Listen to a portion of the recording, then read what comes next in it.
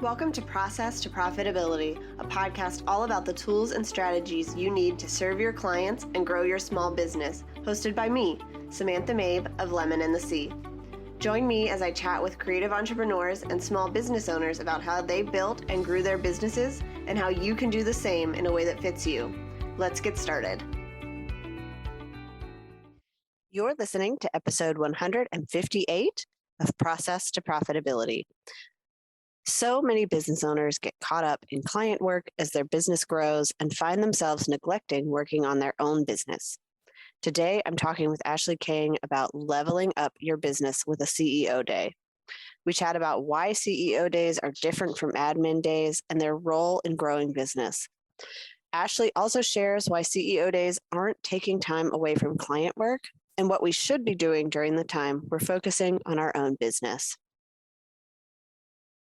A real-life Hermione Granger is a tagline frequently used to describe Ashley.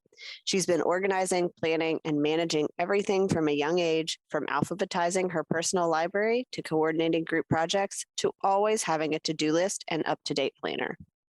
During the early years of her career, Ashley worked in customer service and client management.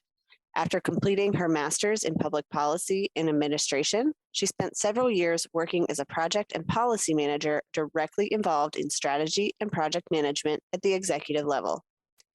AHK Business Management was born out of her desire to bring her love of strategy, implementation, and systems together in a holistic way.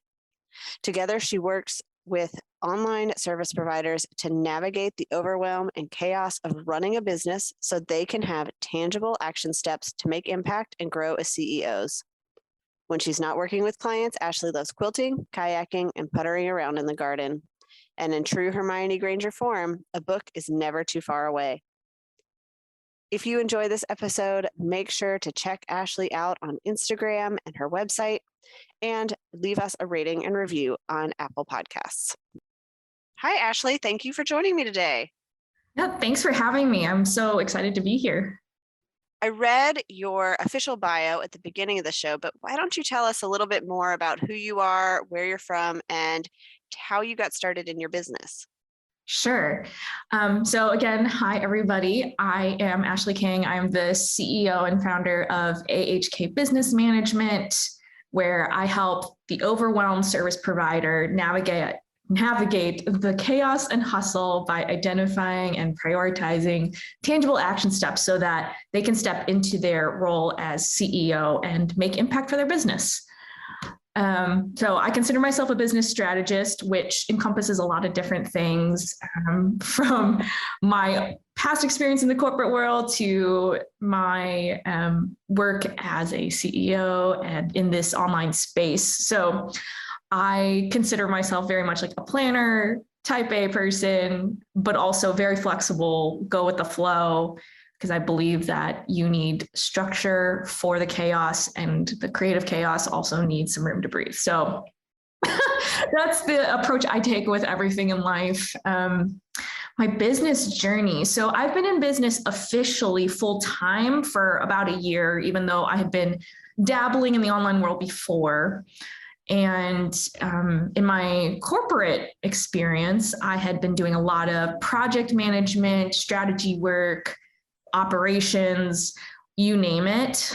And the corporate world honestly burned me out. And it was always a daily hustle and very dependent on other people's whims and policy and red tape. I worked for public government for a long time as well. So all those experiences got me to thinking there has to be a better way to make impact faster. And so my business kind of was birthed out of that desire to make more impact in a more efficient manner, because I'm all about efficiency and systems. And started out as an OBM, and then realized I really love strategy and planning and breaking things down into smaller pieces for people. And so here I am today. And yeah, that's a little bit about my journey. That's exciting. I was reading your bio and I was like, we're very similar. I have alphabetized all of my DVDs, all of my books. They don't look like that anymore because I don't actually pull books off the shelves. I'm always on my Kindle. But like that was what I did as a kid, was like alphabetize everything in our house. Yeah, I mean, my dad likes to joke that I could run a small country. And I have always been that go-to planner, keep us organized, put in a process type thing for friends, school projects, and everything. Oh, I forgot to mention, I'm Boston raised, but currently live in Chicago. So if you told me I had to pick between, the Red Sox and the Cubs, I'd be a little, but yeah, so I just love talking about anything planning and strategy. So I'm really looking forward to this conversation. Yeah, me too. So we are specifically talking about CEO days today.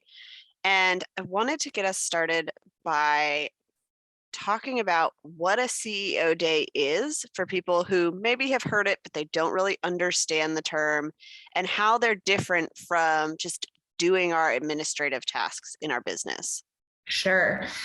So let's maybe start with admin days and what those are so we can differentiate from CEO days. Admin days are exactly what you said, of kind of catching up on the things you didn't get to during the week. There's definitely an element of daily operations. You're probably still scrambling, to be perfectly honest. And admin days, in my head, I call those catch-up days.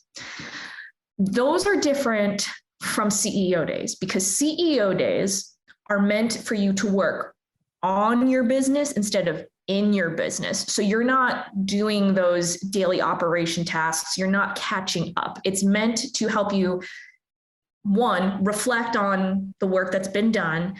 And two, the real big piece is to work on business building tasks and activities. So CEO days are a consistent block of time that you set aside, usually each week is what I would recommend. It can be 1 to 3 hours or a full day that you are working on the business building things that are going to move the needle forward for you. So that's how I would differentiate them. I think there's a bit of a fine line sometimes, and it really depends on the CEO or the business owner, but that's the general rule of thumb. Yeah. And we're going to talk later about what those tasks might be that you're including in a CEO day. But I want to talk first about how they play a role in a growing business. So if somebody has just started a business, or maybe they've been in business for a while and this isn't something they implemented, how do CEO days really play a role in growing our business and seeing it thrive? Yeah, I could talk about this for forever.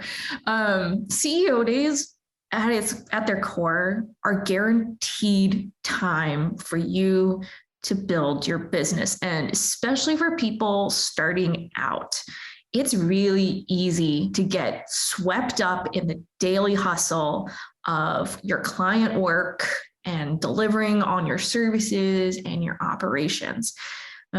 It's, when you're swimming, right, you duck your head under and you hold your breath and you try to make as much progress and forward movement as you possibly can. And your lungs just start, gasping for air, but you keep going, right?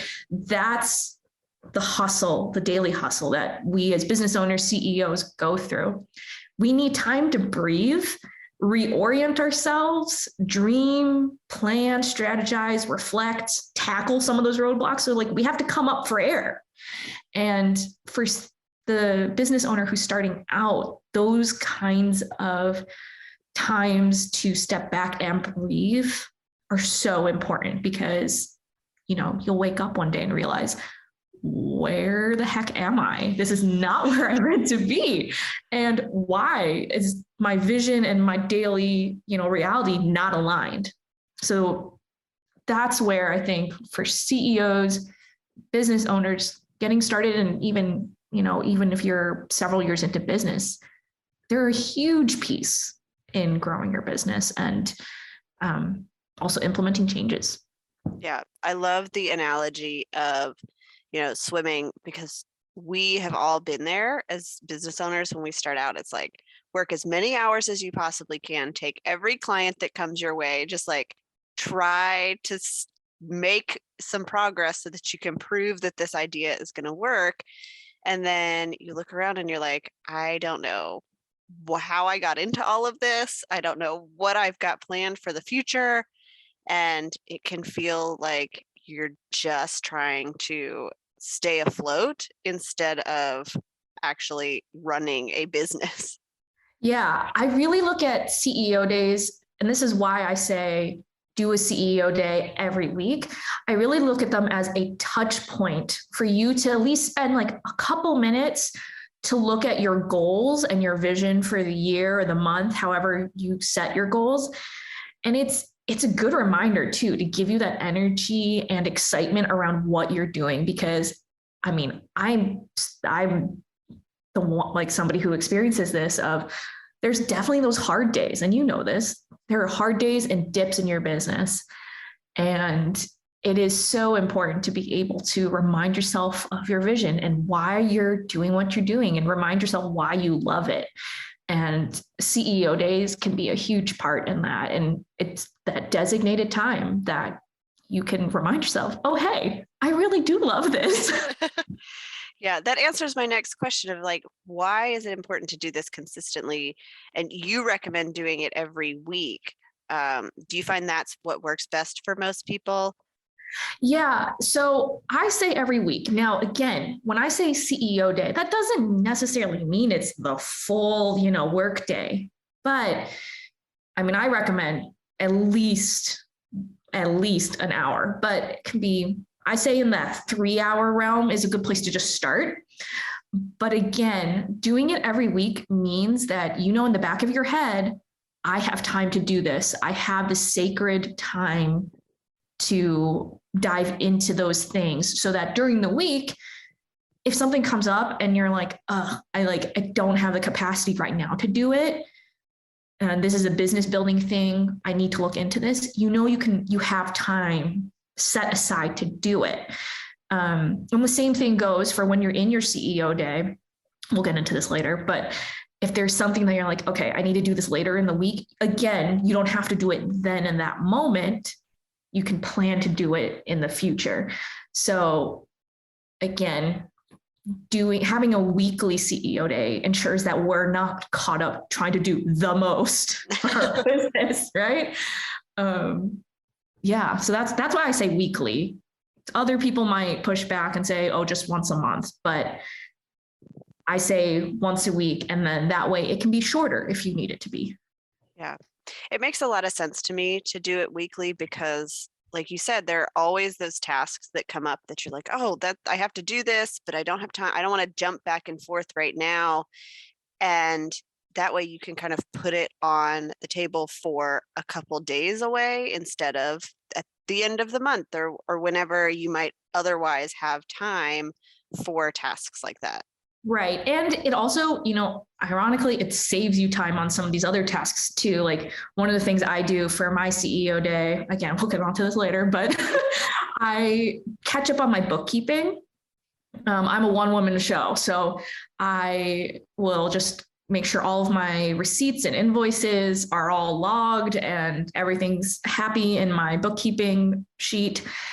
But it takes me 5 minutes each week, barely. And that means at the end of the month, I really have not much to do. So I'm only spending 20 minutes on it each month, spread out through the month. Doesn't feel like a chore, because let's face it, I hate numbers. So it's saving me time and angst. Do you have a recommendation for like when in the week this works best, or does that depend on what the person would like? I personally recommend either Friday or Monday. Now, I know that for some people, that doesn't work for them. And in that case, then I'd say Wednesday, but that's like, because it's the middle of the week. But I really, really push for Monday or Friday because it helps you reset your brain for the upcoming week. So Friday, it's great because you're reflecting on the last week and you can get yourself set up before the weekend starts. So you know that I can hit the ground running on Monday. Monday is great too, because you're looking ahead into the next week. So it really, I think it's a preference thing, but I would first recommend Monday or Friday. All right. So I want to ask this because I think a lot of people don't want to take the time to work on their business because they think they need to spend that time doing client work. It's, I need to spend this time making money, or I've got so much on my plate that I've got to get somebody an email or a project. So isn't taking time out of the week for this wasting what you could be doing for client work? How do you look at that? Oh, I love this question. I go to this analogy of when you get on a plane and the flight attendant or the video is walking through the safety features, right? They talk about when the oxygen masks fall, or in the event they fall. And they always say, first put your oxygen mask on first before helping the people around you with theirs. It is the same idea for business. If we're not taking care of our own business, our own needs as CEO, how can we then show up fully present and fully ready to go for our clients and our team? You need that time as CEO to be able to better serve your clients. So I don't see it as wasting time that could be devoted to clients. It actually will make you more effective. And this is also where I say a CEO day and a CEO schedule for your week. If you have both of those, honestly, it opens up the doors for how you serve your clients. And what I mean by CEO schedule is also kind of having a cadence to your week, whether it's time blocking or day theming, that will really help your CEO day be more effective. And then in turn, your CEO day makes the rest of your week more effective. I don't know if you want me to go more into time blocking and day theming, but I could talk about those too and how those help with your CEO day. But again, you're not wasting your time. All right. So I want to ask, if somebody is feeling pushback against the term CEO. I'm not a CEO, I just run a freelance business. What would you say to them, especially when it comes to doing these sorts of things in their business? So I really grappled with this too when I first started out. I used to just say, oh yeah, I'm an OBM or I'm a business strategist. And I never started using the word CEO to describe myself until I would say a few months in, because I realized it was a mindset shift. When you start calling yourself a CEO, there is that sense of pride and ownership in the work that you do. You are building a business, regardless of if you have a team or not. If you're a solopreneur, an agency model, whatever stage of business you're at, you are the CEO because you are building something. You have built something. You started something from the ground up. And when you start labeling yourself as a CEO, you're also conveying that sense of expertise and authority as well to the outside world. So it's as much of a mindset shift for yourself as you grow and build your business, but also for those looking in and seeing, yeah, she or he has it. Like they're CEO, they have that intent to grow. Yeah. It's a good reminder that you can be a CEO even if you don't have a big team or a team at all. So, you're a solopreneur. I run my business without, help. So you can be a CEO without feeling like, oh, I have to have this big team and an office and all of these extra things. You're the one running your business. You're making the decisions. You're planning out what you're going to do. And that's all part of the CEO role. Exactly. I mean, it's something that even if you feel a little squeamish about it at first, calling yourself that, I would really encourage you to start calling yourself that and start practicing it. When I'm at the grocery store, sometimes I get chatting with the cashier because, Trader Joe's people are the friendliest people on the planet. And they sometimes will ask what I do. And I'll start with, I'm a CEO of a business strategy and management business. And that gets people's attention too. So it's a conversation starter. It's a mindset boost. It's a way to convey your authority and expertise. And also it's just fun, right? We love what we do. And so we should have fun doing it. Yeah. So that was a really fun kind of side conversation. I think that's going to be helpful for people as they're listening and they're going, but I don't want to be a CEO, or I'm not a CEO, even though I need to do these things in my business. But can you lay out for us how a CEO day works and what we should be doing during that time, so we get an idea of like, what tasks does this actually encompass? Sure. So there's kind of two parts to that question of how does it work and what we should be doing. So I say break it down to 4 kind of simple steps, and then we'll kind of get into what actually happens during those steps. First one is, again, set aside a consistent day of the week. Don't be changing it, from week to week, because then you lose any sense of flow. So either Monday or Friday or whatever your selected day is. So consistent day of the week and consistent time. And second, decide how long it's going to be, whether it's a couple hours or your full day. You need to know that going in, so you know exactly how much time you have to work with. The third point, make it a little fun and special for yourself. I am the first person to say, treat yourself.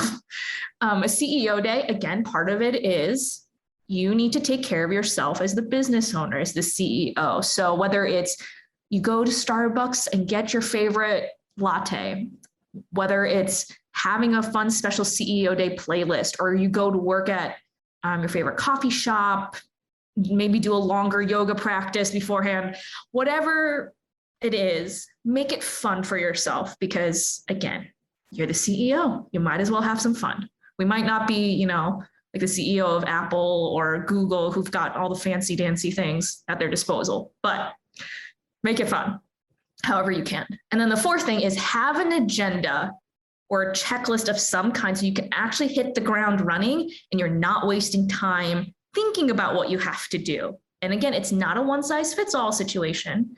And you might just have like blocks and lists of things that you could do, but have something that you can work off of.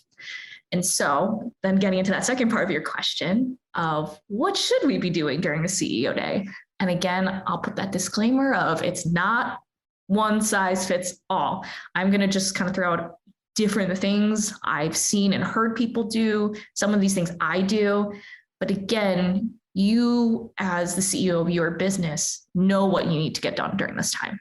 So some things you could do. I would always encourage people to do some sort of self-reflection of the last week, because that also can help inform your work. So what went well last week? What are some roadblocks that happened? Do I need to do, like, what can I do to start addressing those roadblocks? I always recommend people doing some sort of financial or legal task. I mentioned bookkeeping, or that could be meeting with your bookkeeper, your accountant, checking your bank statements, looking at your sales and revenue numbers, something in that department. No matter how much we don't like it, you have to do some of those things. Reviewing your metrics, whether it's your social engagement, how many sales calls you landed, any other KPIs that you have in your business that you need to update and track. And that way you can make adjustments as the week goes, right? I mentioned earlier, reviewing your progress on your monthly or annual goals, progress on internal projects, right?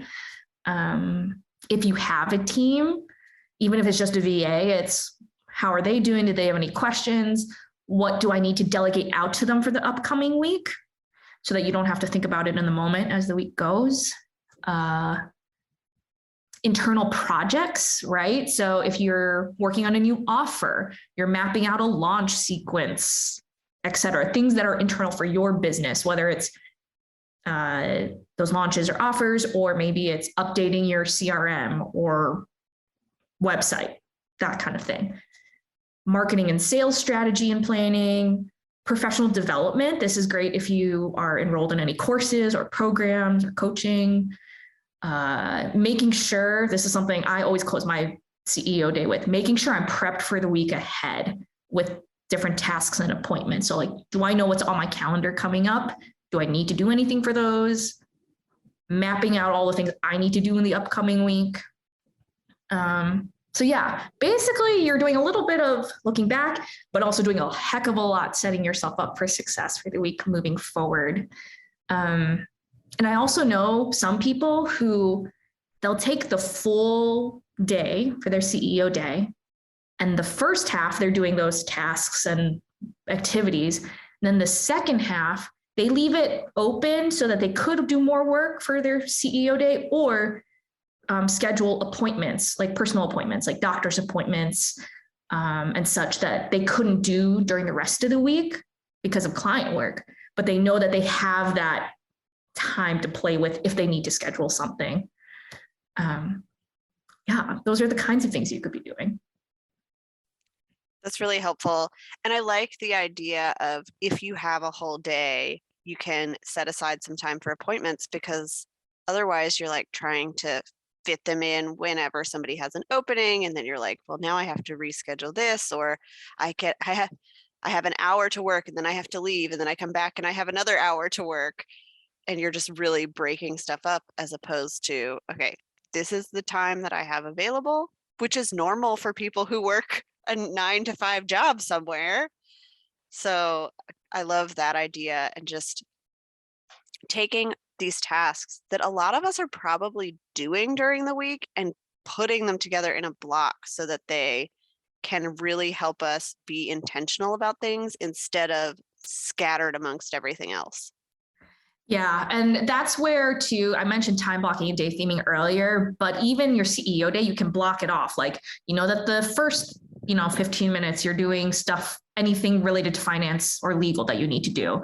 Then like the next 30 minutes, you're working on anything related to internal projects. So again, I'm a huge proponent of time blocking and day theming where you can. It doesn't mean you're nickel and diming every second, every minute of your day, but it means that you know that there are buckets and blocks throughout your week or throughout your CEO day that you have devoted and set aside for those specific category of tasks.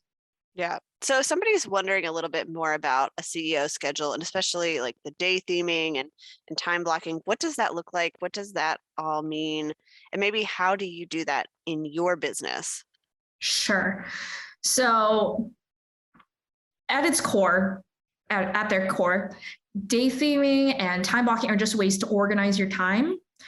I love the idea of using it, day theming and time blocking throughout your week, again, to help strengthen your CEO day and vice versa. So day theming looks like, okay, perhaps Tuesdays, I'm doing all marketing related activities. And then Wednesdays are for sales calls. Thursdays are for team meetings and whatnot. Day theming works really well if you have an agency model or have a VIP day model in your business. They work well. I mean, you can do a combination, but I see that working well for those kinds.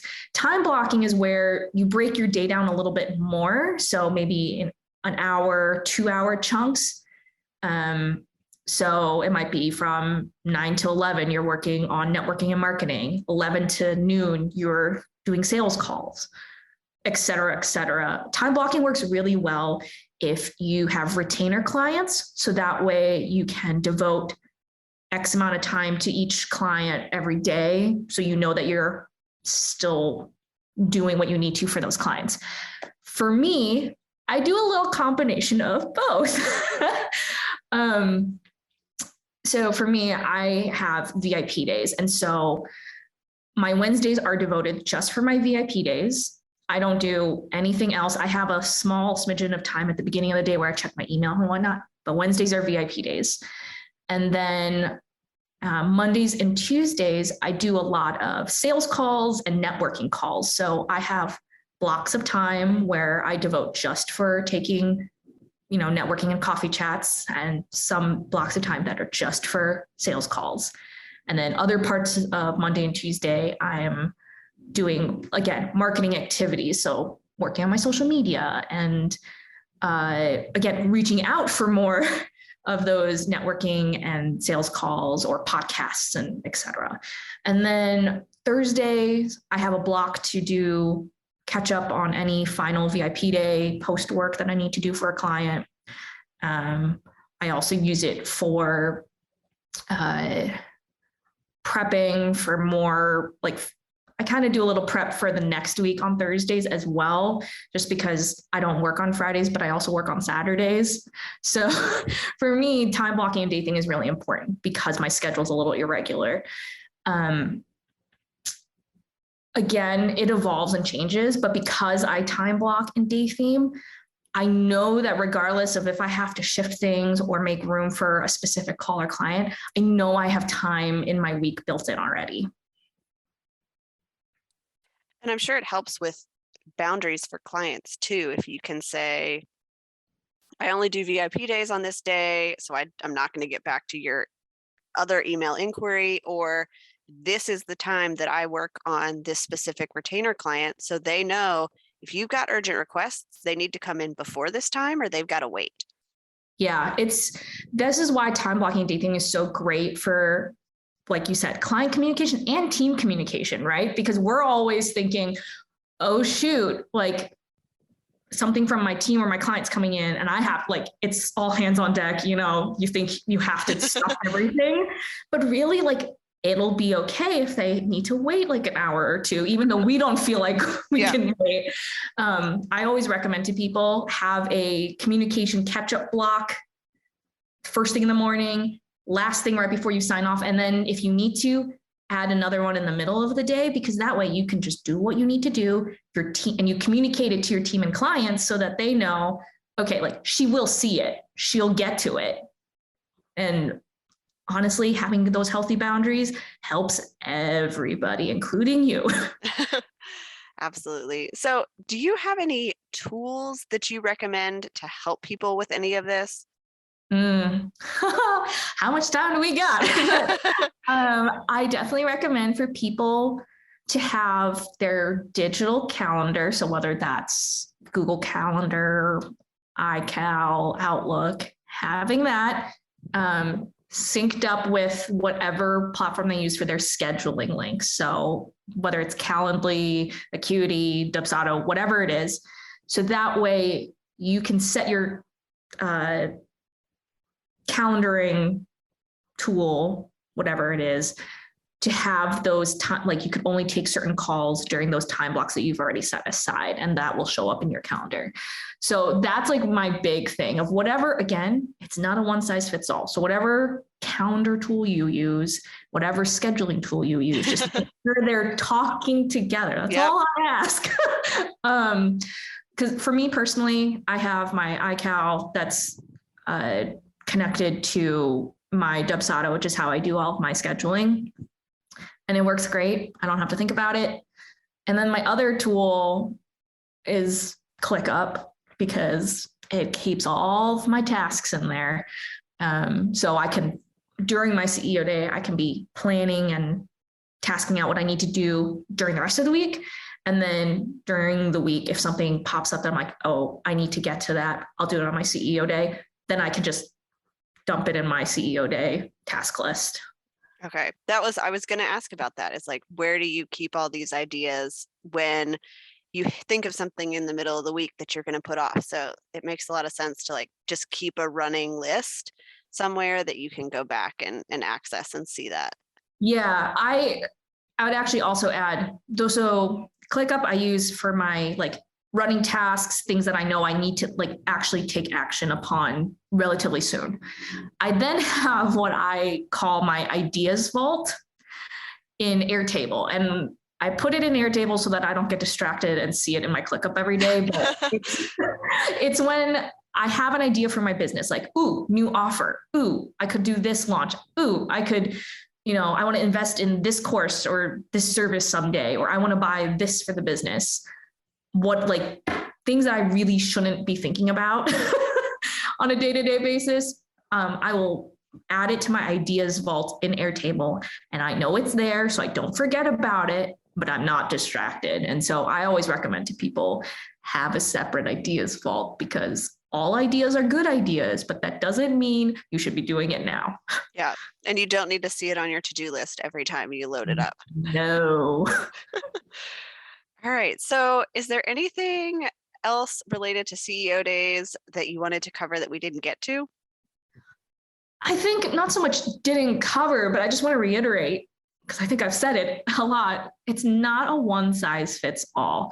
This is something I see and hear from people. It's like, oh, I tried doing a CEO day, or I tried doing an admin day, or I tried having a time block. So it was just not working for me. And to that, I would say, well, there's a lot out there about how to do these things, how to be more productive, how to schedule your time, how to do CEO days. But this is where you, as the individual business owner, need to know yourself.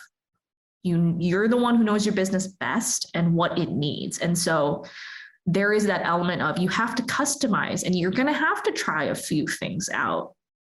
And, it evolves, and some things can change. Like my CEO day has evolved. And I would really just say start by setting aside that consistent, maybe just 3 hours on Monday or Friday, and go from there and figure it out. And there is some trial and error, but take heart. It's not you. You are not broken.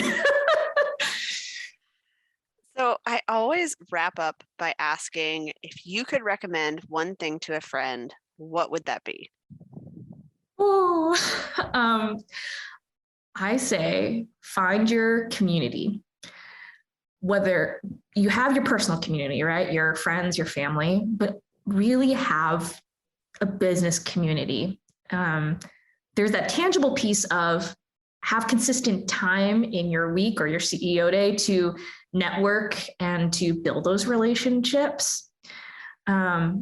And the intangible that goes beyond the transactional referral network and the transactional referral partnerships that you might have is that having a community of other business owners, they don't even have to be in your niche or your field, but having a community that you can bounce ideas off of, encourage, learn from, problem solve with, celebrate with, like that is priceless to me. And I know for myself and, as you as well, Samantha, we've been honored to be part of the Done in a Day community that Jordan Gill has been building.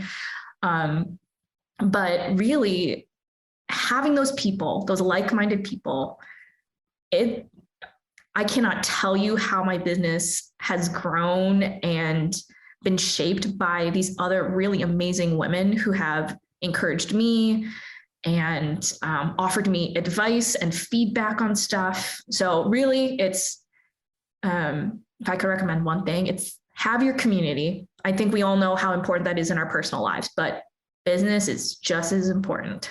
Yeah. And it's about so much more than just like sharing clients. It's really getting somebody who understands what you're going through to be there alongside you. Yep. Yes.